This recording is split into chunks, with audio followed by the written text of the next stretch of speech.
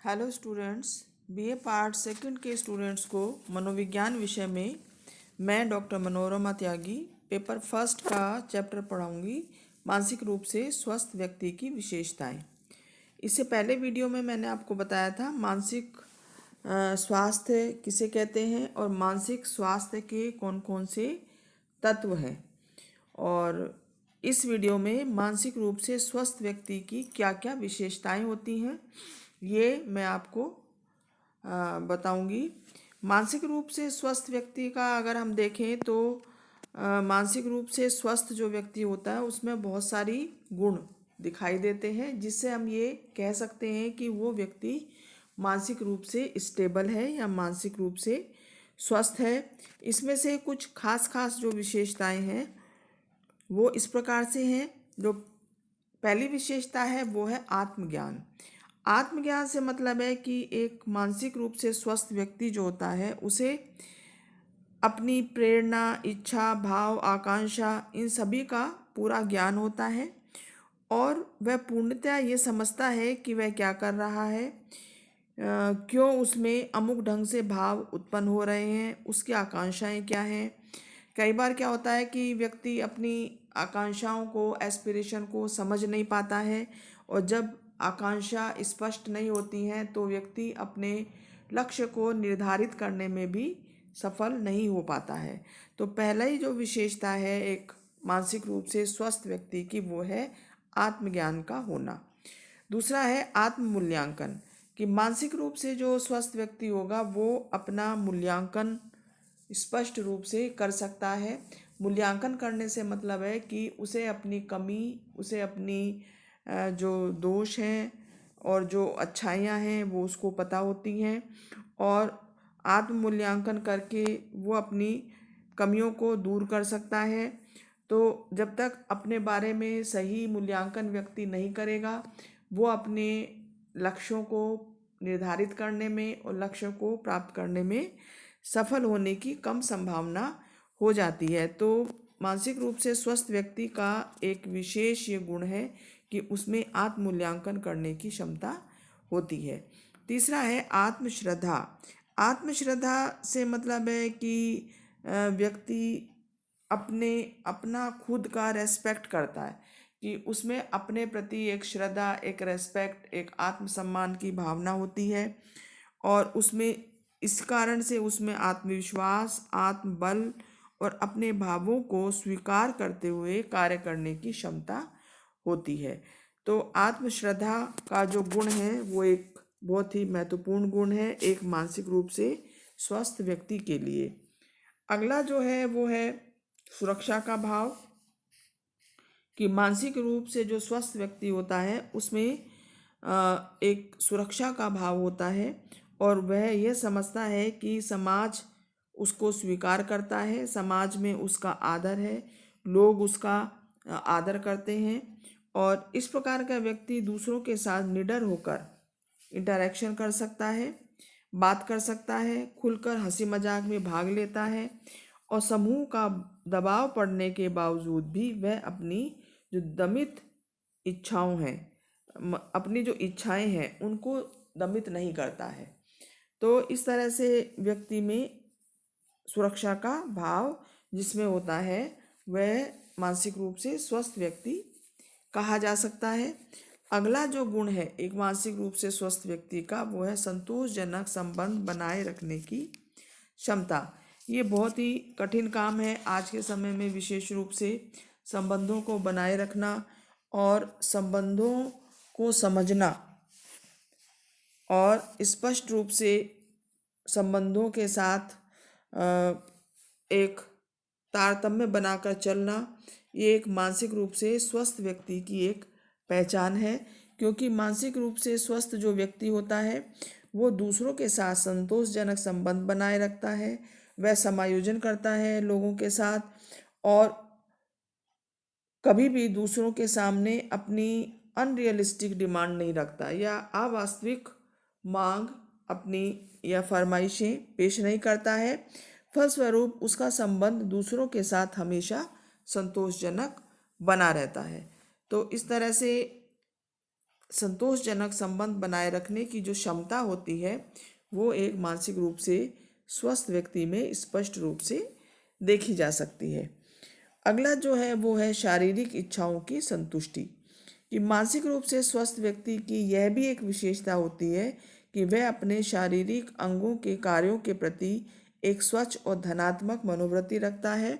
वह इनके कार्यों से पूर्ण रूप से अवगत होते हुए भी उसमें किसी प्रकार की आसक्ति या प्रलोभन नहीं दिखाता है। नेक्स्ट जो है वो है उत्पादी एवं खुश रहने की क्षमता।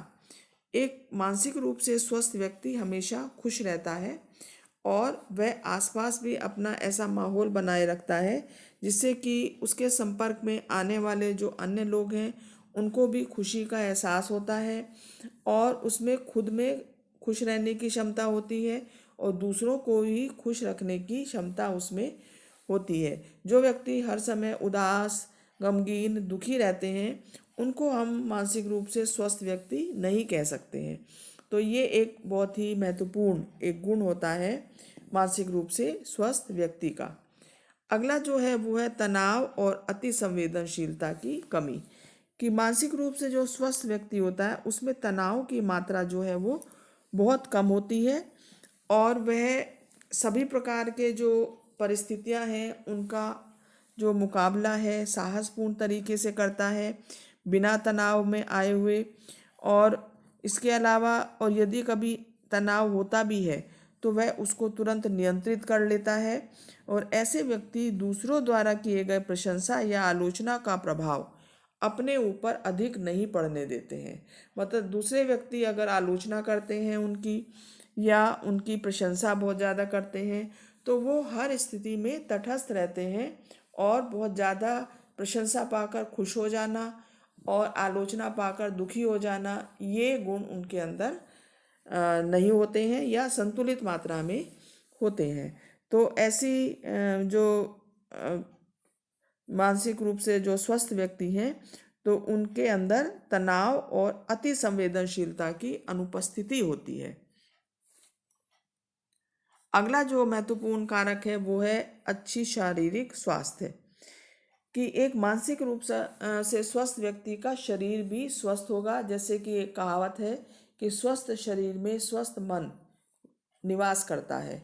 कि शारीरिक स्वास्थ्य अगर अच्छा होगा तो मानसिक स्वास्थ्य भी अच्छा होगा और शारीरिक स्वास्थ्य बनाए रखने के लिए वो अनेक प्रकार के व्यायाम और योगा वगैरह करता है जिससे कि उसका शारीरिक स्वास्थ्य अच्छा बना रहे, आकर्षक बना रहे।